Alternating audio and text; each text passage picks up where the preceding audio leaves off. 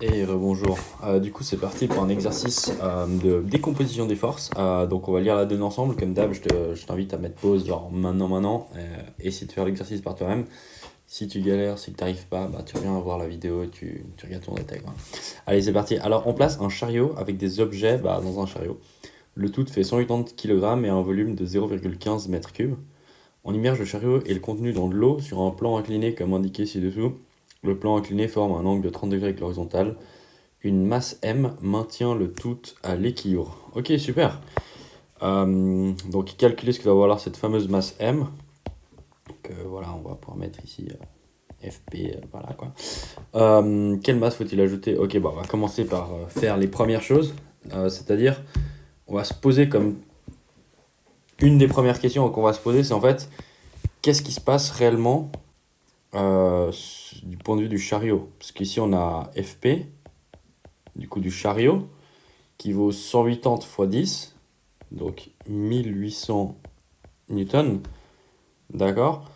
Et en fait, en contrepartie, on a une force d'Archimède. Donc, je te rappelle, la force d'Archimède, en fait, c'est une force qui, quand par exemple, tu mets ta main dans de l'eau ou toi, enfin, une partie de ton corps, tu le mets dans un fluide tel que de l'eau, de l'huile, etc. Bah, c'est un peu moins facile de te déplacer que si, par exemple, tu le faisais dans l'air, tu vois. Et encore moins facile que, enfin, si tu le faisais dans le vide. Mais bref, tout ça pour dire que, en fait, plus tu vas, par exemple, si toi-même tu essayes d'aller dans l'eau, l'eau d'un côté, elle va un peu te pousser vers le haut. Ouais, parce que l'eau c'est ta pote. Non, non, mais parce qu'en fait, c'est plus dense que par exemple que l'air par rapport. Enfin, et du coup, tout ça pour dire que dépendant du volume de quelque chose que tu mets dans un fluide tel que de l'eau ou de l'huile ou n'importe quel liquide, tu vois, ça peut même être du mercure. En fait, ce qui se passe, c'est que selon la quantité de volume immergé, il y a une force qui va te pousser vers le haut parce qu'en fait, l'eau, si elle était plus lourde que toi, elle t'empêcherait d'aller vers le bas. Mais du coup, voilà ce qui se passe, grosso modo. Après, voilà, on fera une vidéo plus détaillée sur la force d'Archimède à l'occasion, mais là, tout ce qu'il faut savoir, c'est la formule de la force d'Archimède qui, du coup, dépend de la masse volumique du liquide, parce que, ouais, enfin, si le liquide, il est pas dense, par exemple, un liquide qui est hyper léger, il va moins te pousser vers le haut qu'un liquide qui est lourd. Pourquoi? Parce que c'est comme ça, la formule, elle le dit. Non, mais en gros, c'est ça qui compte. Donc, la masse volumique du liquide, effectivement, tu peux faire l'expérience chez toi. Imagine, tu as du mercure à disposition. Admettons que ce soit pas toxique, que ce soit pas dangereux. Essaye de plonger ta main le plus profond possible dans une piscine de mercure, dans un liquide très très très dense. Ce sera peut-être plus difficile que si tu faisais la même chose dans de l'air ou dans de l'huile, par exemple. Enfin bref, tout ça pour dire que la masse volumique du fluide, elle va influencer la force d'Archimède qui est du coup verticale et vers le haut, tu vois. Elle va t'empêcher d'aller trop en bas, quoi. Et la quantité de volume immergé fois la gravitation, bien sûr, ça va toujours compter. Ce qui va toujours compter, c'est la gravitation, donc la planète sur laquelle on se trouve. Maintenant qu'on a dit tout ça, on va pouvoir mettre du coup FA, vertical et pouce vers le haut. Donc fameuse FA, c'est égal à 1030 fois le volume immergé, qui du coup, on a de la chance, il est déjà en mètres cubes. Et ça, c'est égal à donc 1030. 1030 fois 0,15 fois 10. Et ça fait 1545 newtons. Et c'est vertical et c'est vers le haut. Du coup, ce qu'on peut se dire en fait, c'est qu'on a deux forces. Avant de faire quoi que ce soit niveau calcul, on peut se rendre compte qu'en fait, on a deux forces FP et FA qui sont qui tirent les deux en fait dans la même direction mais de sens opposé. Et du coup, ce qui se passe, c'est que la résultante en fait, ce sera si je reproduis la situation. Tu vois, tu as une force de 1545 newtons qui va vers le haut et tu as une force de 1800 newtons qui va vers le bas. Du coup, effectivement, la résultante de tout ça, ce sera en fait 1800 moins 1545 et ça fait 255 newtons. Donc ça, c'est la résultante de ces deux forces-là. Et maintenant, ça, c'est lorsque le chariot il est complètement immergé. Du coup, ce qui se passe, c'est qu'à partir de ce moment-là, on va commencer à se poser des questions du style, ah ouais, lorsque le chariot, du coup, il est sous l'eau et que du coup, il a l'équilibre, qu'est-ce qui se passe? Je te rappelle que s'il a l'équilibre, c'est-à-dire qu'on a un équilibre des forces au niveau de l'axe X et au niveau de l'axe Y. Donc nous, tu vois, vu qu'on est des mecs malins, enfin on est des personnes malignes, toi et moi, ce qu'on va faire, c'est placer l'axe X de cette manière et l'axe Y de cette manière. L'axe X parallèle au déplacement du chariot et l'axe Y perpendiculaire à celui-là, tu vois.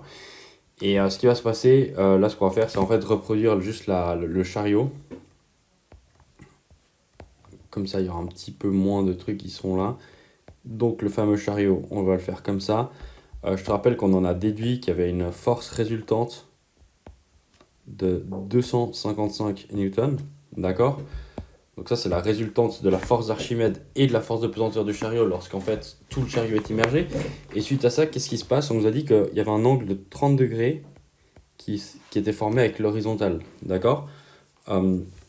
Après, tu vois, ici on a un triangle, donc angle droit, 60 degrés, très bien. Et puis en fait, tu vois que si on zoome un petit peu, ce qui se passe, c'est que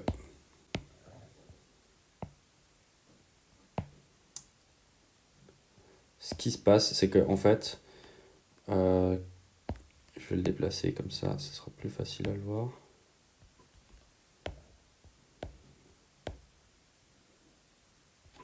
Voilà, ce qui se passe, c'est qu'en fait, ici on retrouve cet angle de 90, ici on retrouve un angle de 60 degrés.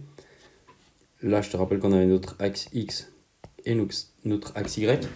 Et puis en fait, ce qui se passe, c'est que ici, tu vois, si on voulait vraiment décomposer pour vraiment voir ce qui se passe, on a l'angle de 30 degrés qui revient. Et puis, on a ici un trait qui est du coup vertical par rapport à l'axe Y que nous avons défini. Et du coup, c'est pour ça que il coupe la rampe de manière perpendiculaire et du coup, ça crée deux beaux angles comme ça de 90 degrés, tu vois.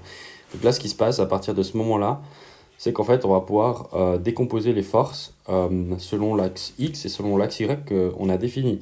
Donc, en gros, ce qui se passe, c'est que ici, on a une force FPX et on a aussi, du coup, FPY, tu vois. Donc ça, c'est la décomposition de la force de 255 newtons. Et grâce aux angles, nous allons facilement pouvoir la décomposer. Là, la manière dont c'est dessiné, ça nous permet de pas si bien voir que ça, malheureusement. Du coup, je vais juste le dessiner de manière bien plus ponctuelle et bien plus précise pour toi. Donc là, on a le truc de 255. Ici, on a FPY et FPX. Donc FPX et FPY peuvent être calculés de différentes manières. Et puis là, en fait, on a l'angle de 30 degrés qui est reproduit. Et puis ici, on a l'angle de 60 degrés qui est reproduit. Du coup, voilà. Pour calculer FPY, ce qu'on va faire, c'est en fait...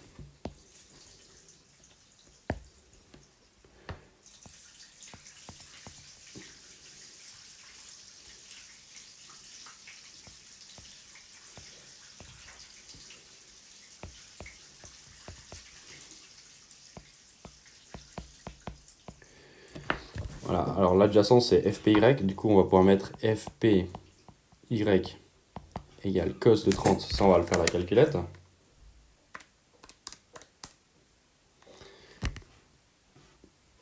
Fois l'hypoténuse, donc 255, ça nous fait 220,84 newtons. Voilà, donc là on peut être assez content parce qu'en gros on a décomposé la composante selon l'axe Y que nous avons défini du chariot, et maintenant on va décomposer l'autre qui, je te rappelle, FPY en fait, c'était surtout pour l'exemple, mais en vrai il va un peu nous servir à rien. Pourquoi est-ce qu'il va nous servir à rien? Parce qu'en fait, tu vois, il y aura la force de soutien de la rampe qui du coup va s'opposer à la force FPY et qui du coup va compenser ça en fait. Sinon on aura la FPX qui elle par contre, vu que l'objet il a l'équilibre, elle va être égale en fait à la force de traction qui, que je te rappelle, la force de traction elle est ici.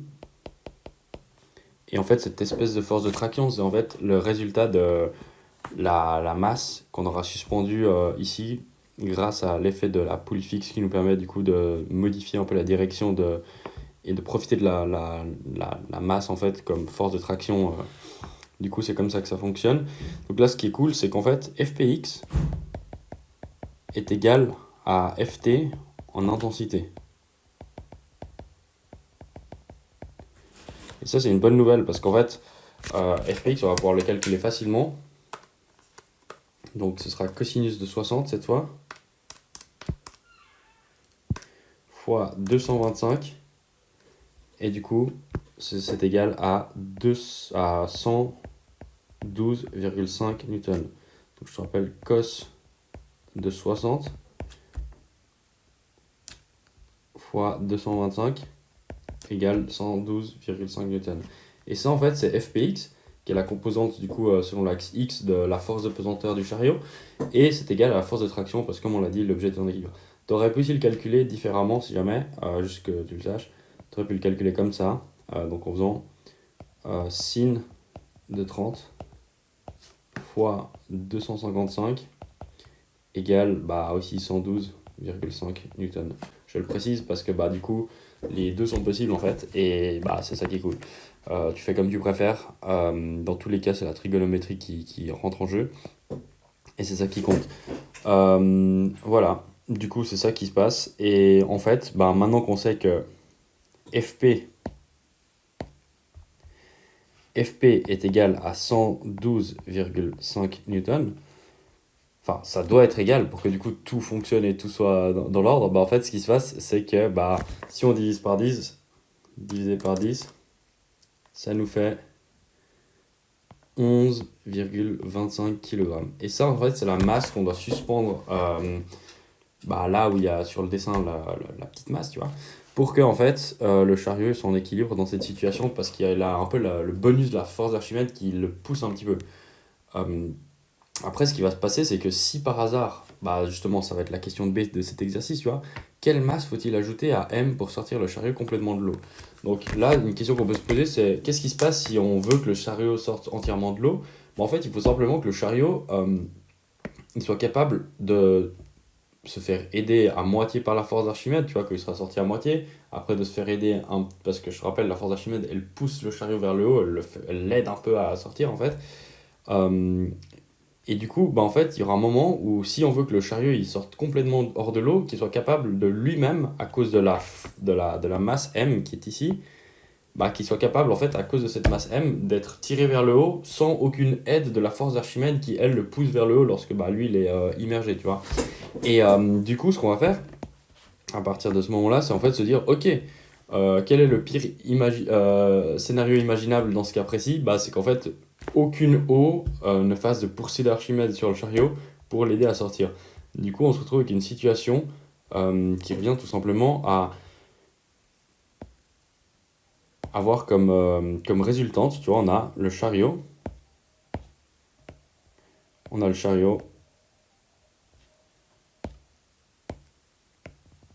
avec sa force de pesanteur qui est du coup de 1800 newtons.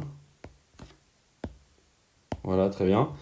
Et en fait, ce qui se passe à partir de ce moment-là, c'est que du coup, il n'y a plus de force d'Archimède parce qu'on faut que le chariot soit capable de tenir en équilibre sans qu'il y ait aucune eau qui le pousse vers le haut, comme on a dit avant. Et du coup, ce qui se passe, c'est que en fait, on va décomposer ça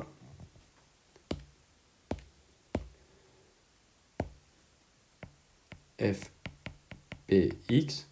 Donc je te rappelle, par contre, l'inclinaison de la pente, elle n'a pas changé. Du coup, ici, on a toujours 60 degrés. Et du coup, Fpx, en fait, ce qui est du coup en intensité égale à la force de traction. Ft égale Ftx, du coup, Ft, on l'a ici. Fpx est égal à, du coup, cos de 60, parce qu'on a un angle de 60 degrés, comme on l'a vu avant, on a tout décomposé. Et je te rappelle que si ici tu as un angle de 60, tu auras un angle de 60 ici, et tu auras un angle de 60 ici, un angle de 60 ici, là, partout. Et vice versa, tu as un angle de 30, etc. Et tout ce qu'il faut voir, c'est qu'en fait, cos de 60 fois 1800, combien est-ce que ça fait?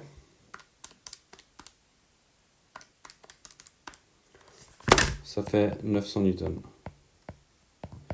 Et voilà. Et du coup, ce qui se passe, c'est qu'en fait, Fpx vaut 900 newtons. Du coup, Ft doit valoir 900 newtons. Ce qui fait que du coup, notre petite masse, dans le deuxième cas, elle doit être capable de tirer de 900 newtons. Donc, d'être de 90 kg. Et du coup, quelle masse faudrait-il ajouter à M pour sortir le chariot complètement hors de l'eau? Bah, ce serait 90 moins 11,25. Et du coup, pour la question B, ce serait 90 moins 11,25 égale 78,75 kilogrammes, pardon. Voilà. Donc on a répondu à toutes les questions et du coup pour en gros clore cet exercice, tout ce qu'il faut être capable de faire au final c'est de décomposer correctement les forces selon un axe X et un axe Y. Que, bah, du coup en général on va mettre axe X c'est parallèle au déplacement du chariot qui va potentiellement se déplacer, tu vois, et axe Y perpendiculaire à ça. Force d'Archimède et force de pesanteur, on avait de la chance parce qu'elles étaient opposées mais dans la même direction. Du coup, ce qui s'est passé, c'est qu'on a pu facilement les simplifier et à partir de là, on a pu ensuite avoir une espèce de petite résultante et on a basé nos calculs sur la résultante des deux forces. Parce que je te rappelle que quand par exemple tu as une force de 1 Newton qui fait comme ça et une force de 2 Newton qui fait comme ça, bah en fait c'est la résultante, c'est une force de 1 Newton qui va dans le sens de celui qui était le plus fort, tu vois. C'est comme ça que ça marche et grosso modo, c'est comme ça qu'on peut calculer la résultante facilement. Euh, Ensuite, par rapport aux angles, si on dit qu'on a un angle de 30 degrés avec l'horizontale, il faut juste être capable de se rappeler que dans un triangle, la somme des angles c'est 180 degrés et que du coup, bah, on peut facilement trouver les autres angles en traçant des traits parallèles, etc. et perpendiculaires, etc. Et puis du coup, après, tu vois qu'on peut calculer certaines choses de manière similaire, soit avec le sinus, soit avec le cosinus, mais en utilisant à chaque fois les formules appropriées de la trigonométrie qui vont avec.